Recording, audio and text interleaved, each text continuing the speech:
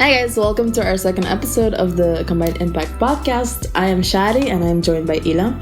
And today we're going to be talking about toxic positivity. But before we get to that, we wanted to revert back to our previous episode and basically kind of discuss a little bit, or not discuss, just mention the feedback that we had received. Which was overwhelmingly positive. Yes. If I do say so myself, I really enjoyed reading what people were saying. Yeah. I enjoyed, some people sent us voice notes, and people just called us to talk about it. It was really fun to hear all of those things. I got feedback from people who didn't even expect that would listen to the episode. So that was really nice. So yeah, it's nice to hear, especially for other takes. That was really interesting. Takes that we didn't even think about. But it was also nice to have feedback, for example, like, oh yeah, I kind of, after listening to the podcast, I kind of had like an aha moment. Yeah, like that's what that is. Yeah, exactly. Because I think a lot of us kind of do go through these things, but sometimes it's hard to put a name to it or to really understand it. So it's nice that you can derive that a little bit from our first episode, which is nice. And that's exactly why we wanted to talk about it, because maybe some people do experience all of that stuff, but they haven't really put a name to it yet. Yeah, exactly. So that's why we appreciate all the constructive feedback as well, because it helps us better our stuff too. So thank you for that. But we're going to get into our episode of today. Toxic positivity.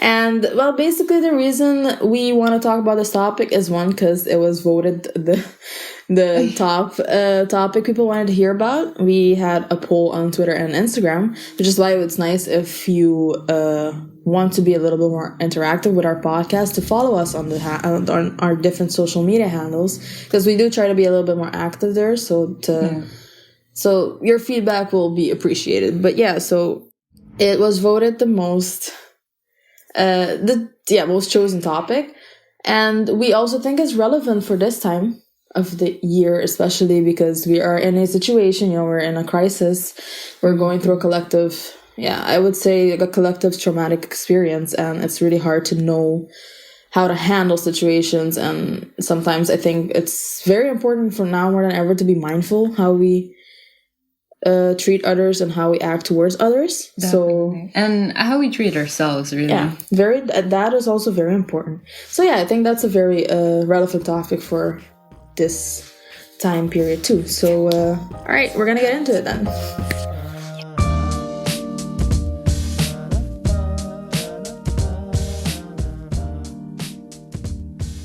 Okay, Ila, since you're the more technical one out of the two of us, can you explain what toxic positivity means?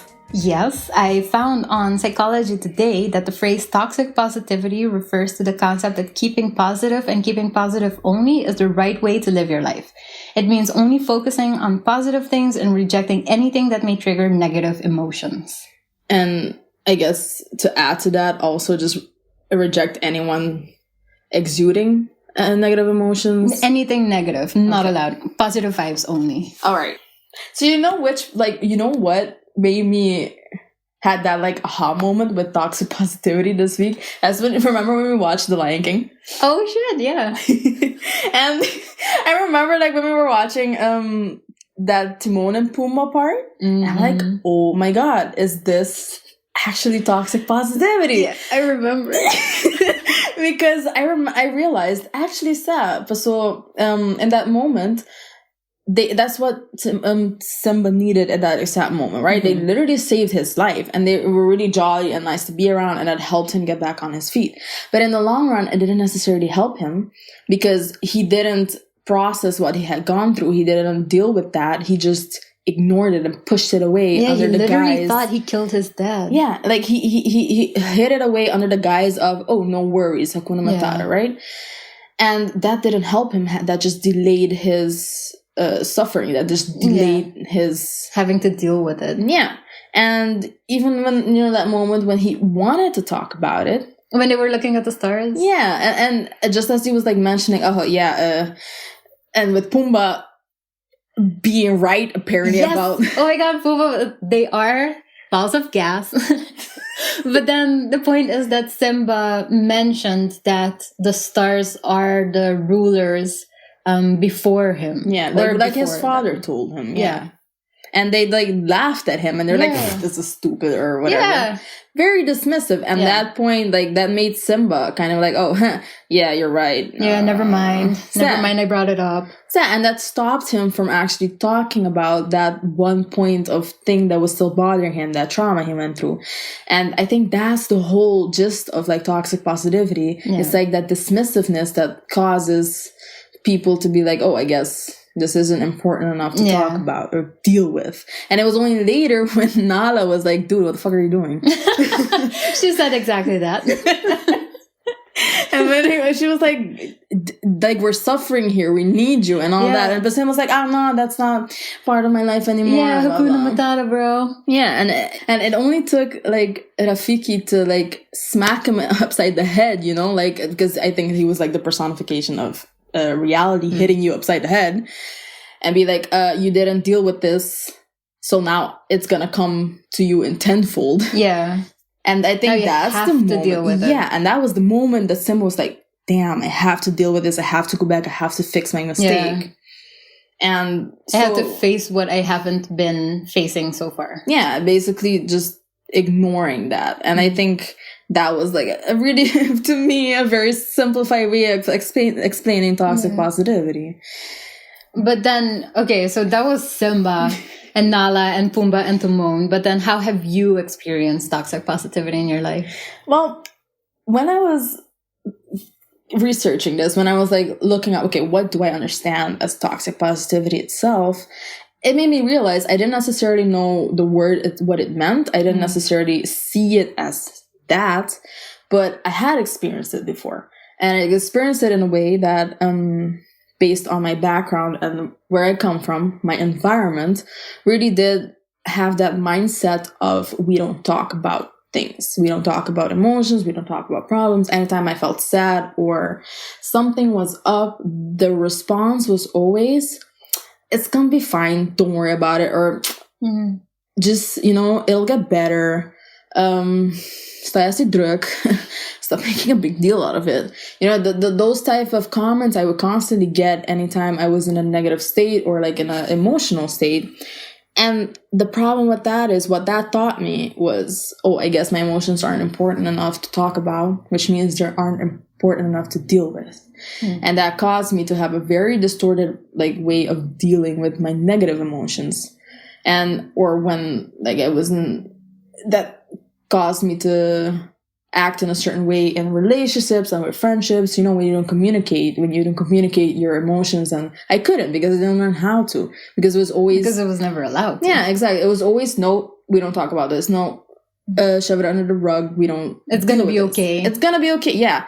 It just basically caused me to not process things properly and not being able to communicate with people properly, which caused a lot of discrepancies for me.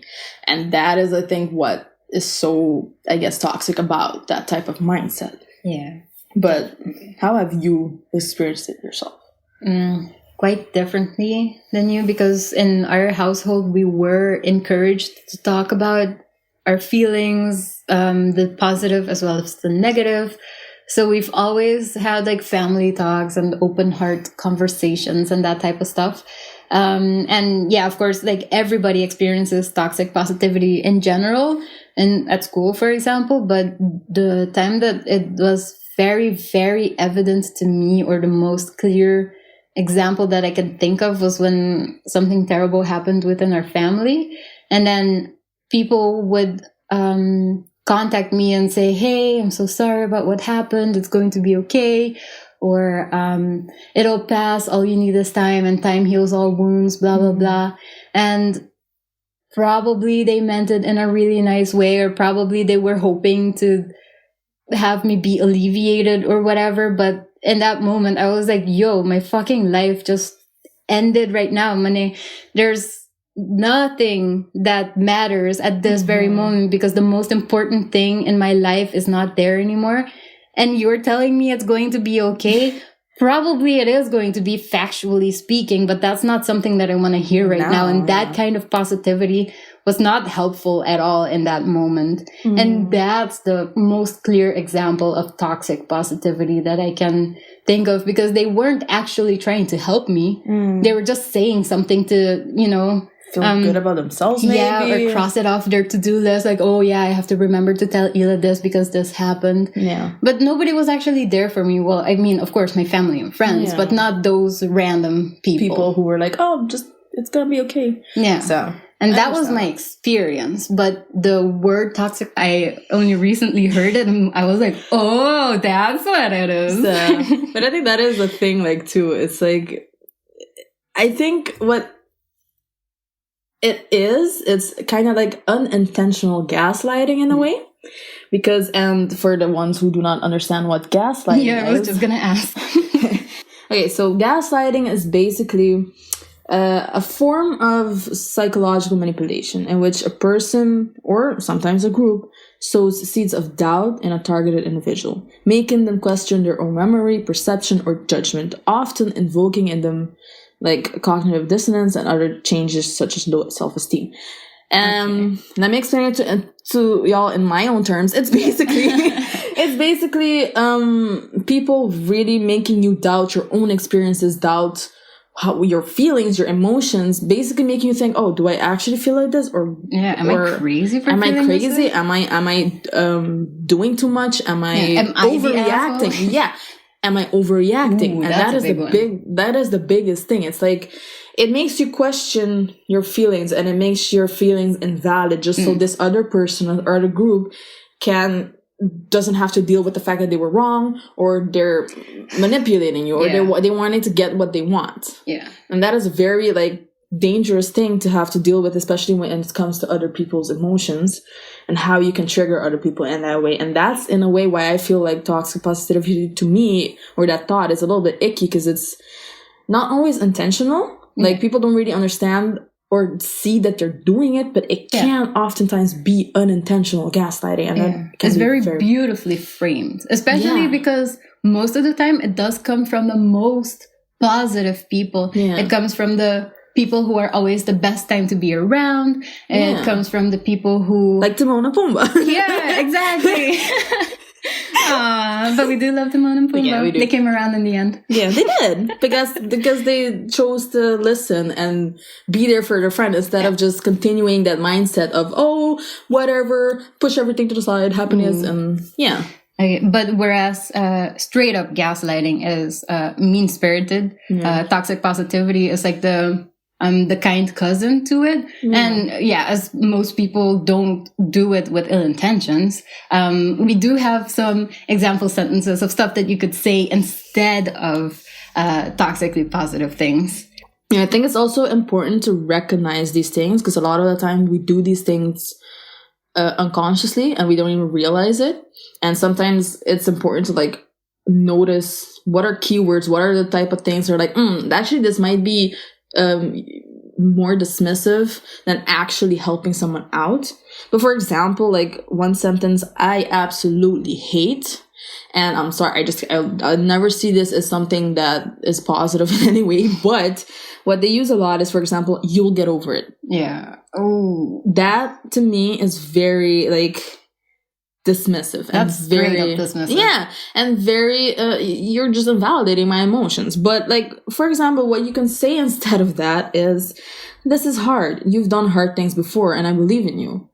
Because it not only validates how I'm feeling right now, but it also tells me, hey, you know what? I know you're feeling down right now, but you're stronger than this. You know you've gone through this before. You know you can get through this because you are a strong, resilient person. One that I found was see the good in everything, which is nice. Like you can try to see the good in everything, but it doesn't help them deal with the actual negative emotion that they're currently going through.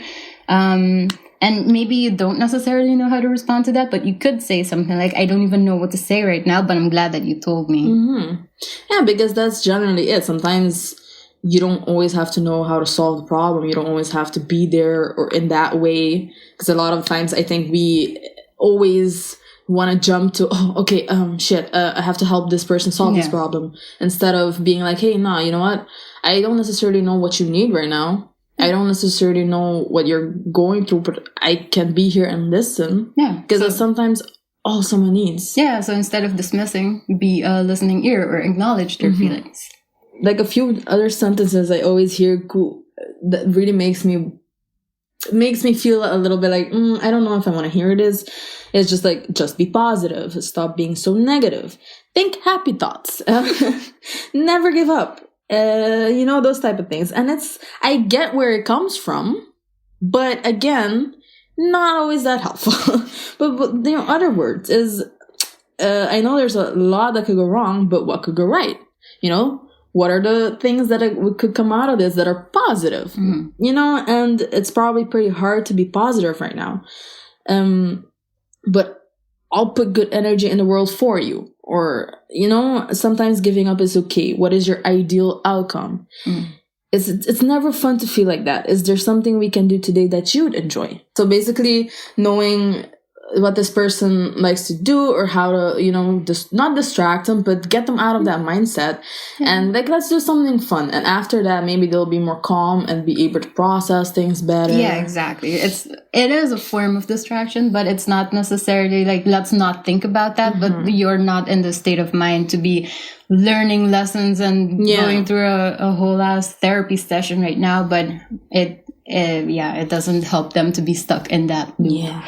And last but not least, one of my least favorite sentences, happiness is a choice. Ooh. But for this one, I already feel like we have some good example sentences of stuff that you could say. But with happiness is a choice, I really had a difficult time seeing how that could be positive, because it feels extremely dismissive in my opinion. I spoke to my mom about that. She helped me. Yeah, my mom's a psychologist. So she really helped me understand what they might mean with the sentence, happiness is a choice. They don't mean, right now you're choosing to be negative, so it's on you. But happiness is a choice in that you can recognize that you're feeling negative and then just think, okay, well, that's just the way it is. Maybe I'll take a few minutes, maybe I'll take a few hours, maybe I'll take the entire day to really understand why I'm feeling this negative feeling, what it is about it. You can acknowledge it, you can accept it, and accepting it doesn't necessarily mean that you like it. But the fact is that you're experiencing that emotion. And then you can make small choices. So you can choose to listen to music that normally makes you feel better. You can choose to drink a warm cup of tea that would, warm you on the inside and really help you feel more comfortable in that bad feeling that you're having. So happiness, not that you can make one choice and be happy that day, but it's the small steps that you choose. It's a mindset, right? It's a choosing to, in some ways look at the bright side of things, or not necessarily looking at the bright side of things. Choosing to, this sucks. I know I have to process these emotions in order for me to heal and grow and move on. Exactly that. So, it's necessary to deal with those emotions. And also, but it's also like how I deal with a lot of when I'm feeling down or when I'm feeling negative, I just sit and I write, for example, I write about, okay, why am I feeling these emotions? Why am I feeling this particular negativity? What is it about my situation, about my environment, about my whatever it is, right? And I sit with it, I process it, I do what I have to do, I cry, fucking punch my pillow. I don't know, yes, I do sometimes do that. but it's just sit with it and try to, but not linger in it, right? Yeah, that's important. Not lingering, not stopping everything else just so you can seethe in that negative feeling, which sometimes is really hard to get out of that that limbo of dealing with that negativity. But then I remind myself, okay, you know now what you have to do in order to not necessarily sometimes better my situation, but also you've dealt with these feelings. You know why you feel this way. This is something you've experienced, you learned and grew from this. Okay, so what's next? So I'm not feeling that great today, but what helps me is listening to music. So let me go listen to that favorite album, like you said, like I like. Let me go for a walk. Let me read. Let me, and that is the choice. I think they mean when they say it's a choice, because you can choose to sit there and linger your negativity, or you can choose to, all right, let me just distract myself with this, like with a walk or doggy videos on Instagram. Dog videos, I love that. I think a very, very important part of it as well is just being kind to yourself, and I wouldn't say apologizing to yourself, but at least understand for yourself, like, oh, hey, shit happens. Fact is, I'm currently feeling this way, and if you're determined to set aside time to what helped me, for example, like you write, and I also write, obviously, but I also kept a gratitude journal. And when I realized that the thoughts that I was having weren't conducive in any way, then if I was having, for example, thoughts of, oh, I can't go outside and I really want to go outside.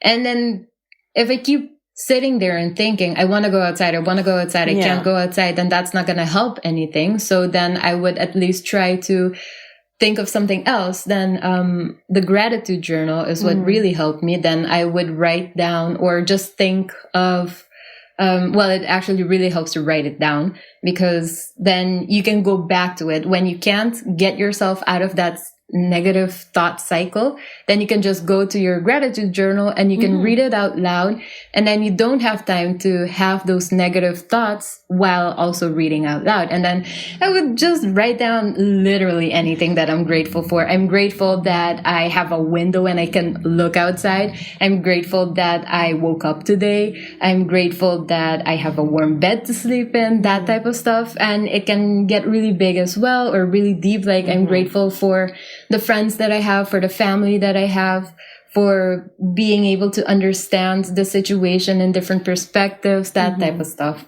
And just little things that you can do that help you.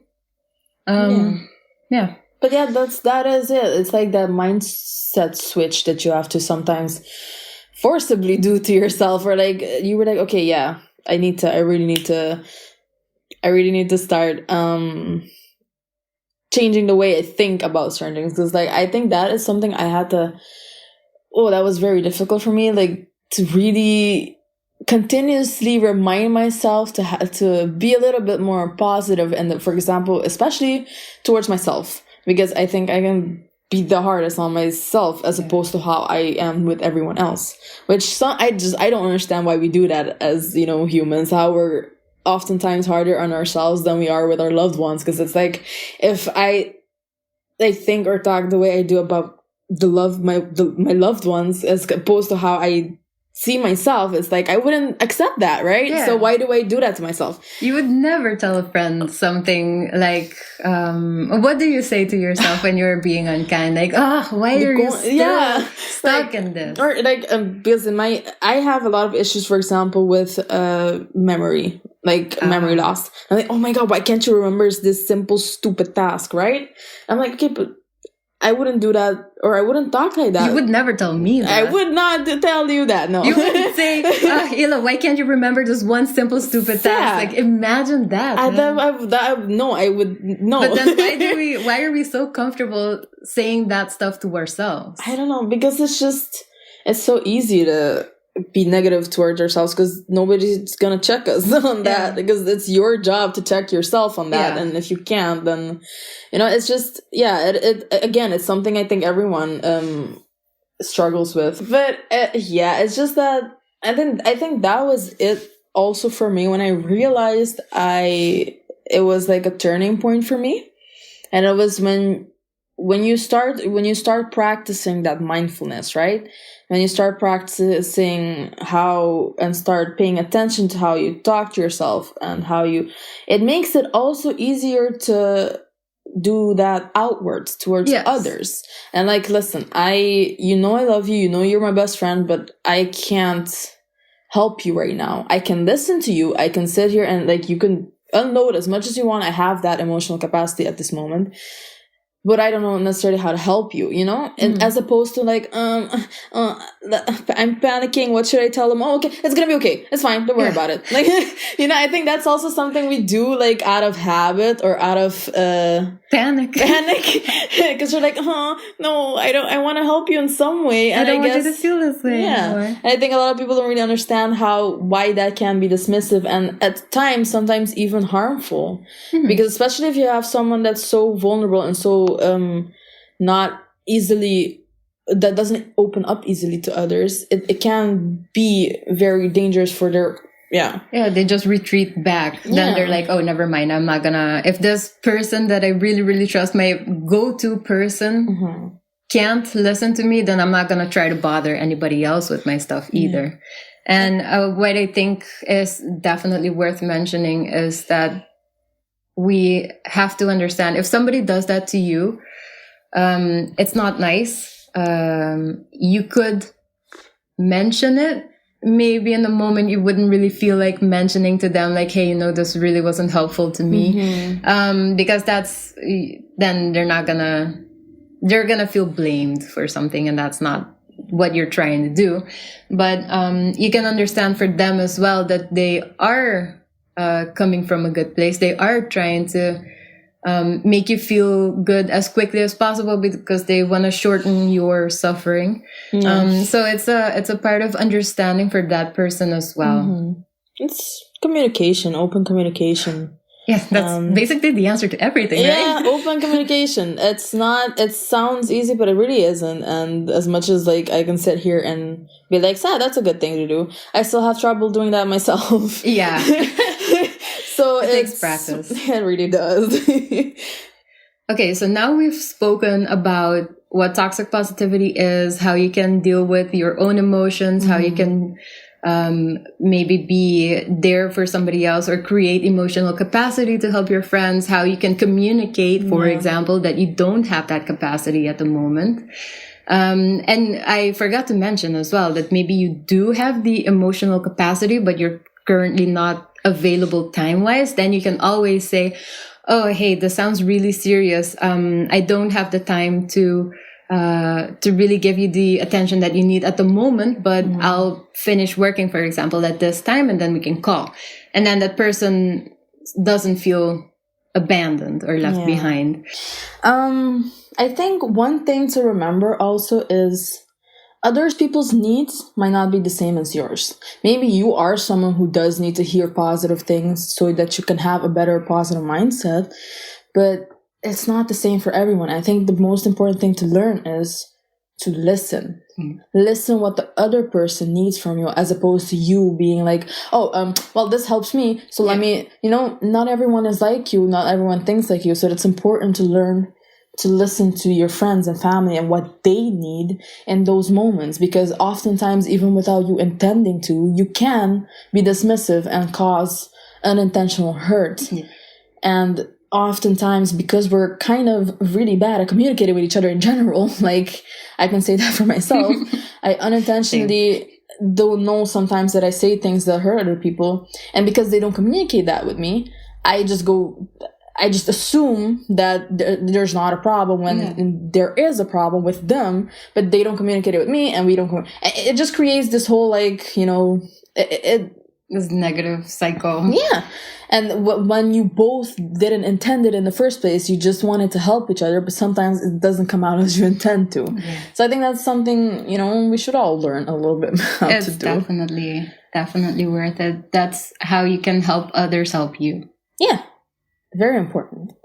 Right. So we hope that there were a few aha moments in there, the same as there were for the two of us. But I'm really wondering, do you recognize some of these sentences? Did you ever use some of them yourselves? Were some of these used on you? We're super curious to hear what your experiences are. Just feel free to reach out to us. We always love reading this stuff. And other people's perspectives are very important. Definitely. That's what we do it for.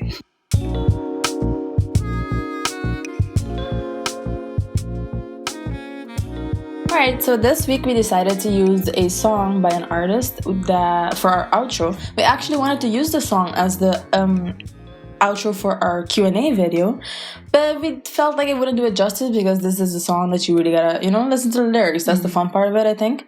And it wouldn't have done it justice being on our Q&A video since we were talking over it. Yeah, and it would have been just background music there, and we really wanted to give it the attention it deserves. Yeah, so we're gonna use it as our outro music today. So hopefully you'll enjoy it.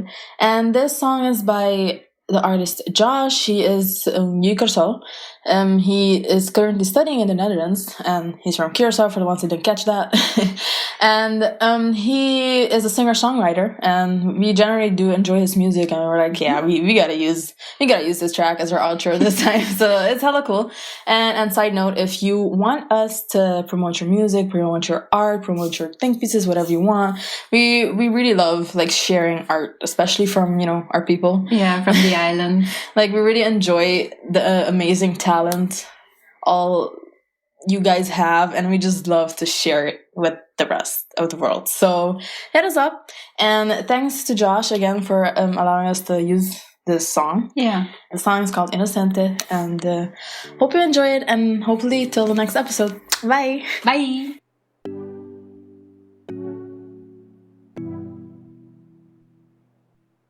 Cosa cuboti mi loco e combino che ni un otro.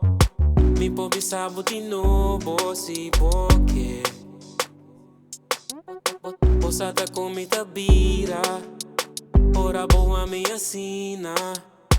Minke boa nambisa ki boke. Pisami de mi orella. Mi que tiene lo que tá passa de momente. Pisami. Posa tu gozo por contar mi. Onde me este esconde pa mi. Inocente, mi tabata. Te ora maya sata. Que coji sun baby. Mi nota sa. Te kiko ta guarda mina. E otro banda. No me imprimirá. Yo no está aquí. Mi no por vira buyback. Mi no por vira buyback. Que bo pasa magna mi lomba e assim é cosnango me gusta. Num palavra lo bem foi mi boca de mi bopo confia e sei bossa. Ci se entrega.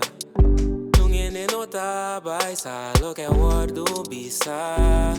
Bondingo que dá ancha. Pisa-me de mi orella, mi que tiene lo que tá passa de momente pisa-me.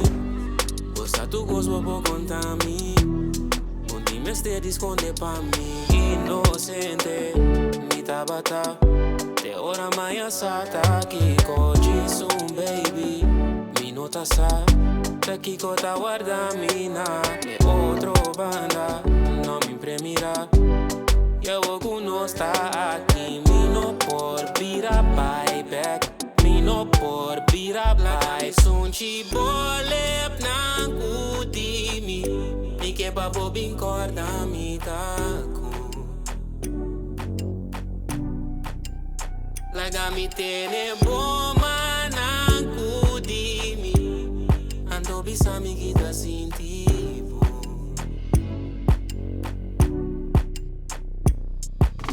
Inocente, mi tabata. Te ora maya sata. Que coji sun baby. Mi nota sa.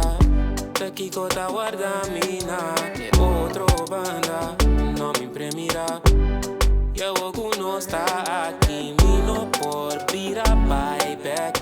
Mi no por vira buyback. Inocente, mi tabata. Te ora maya sata. Que coji sun baby.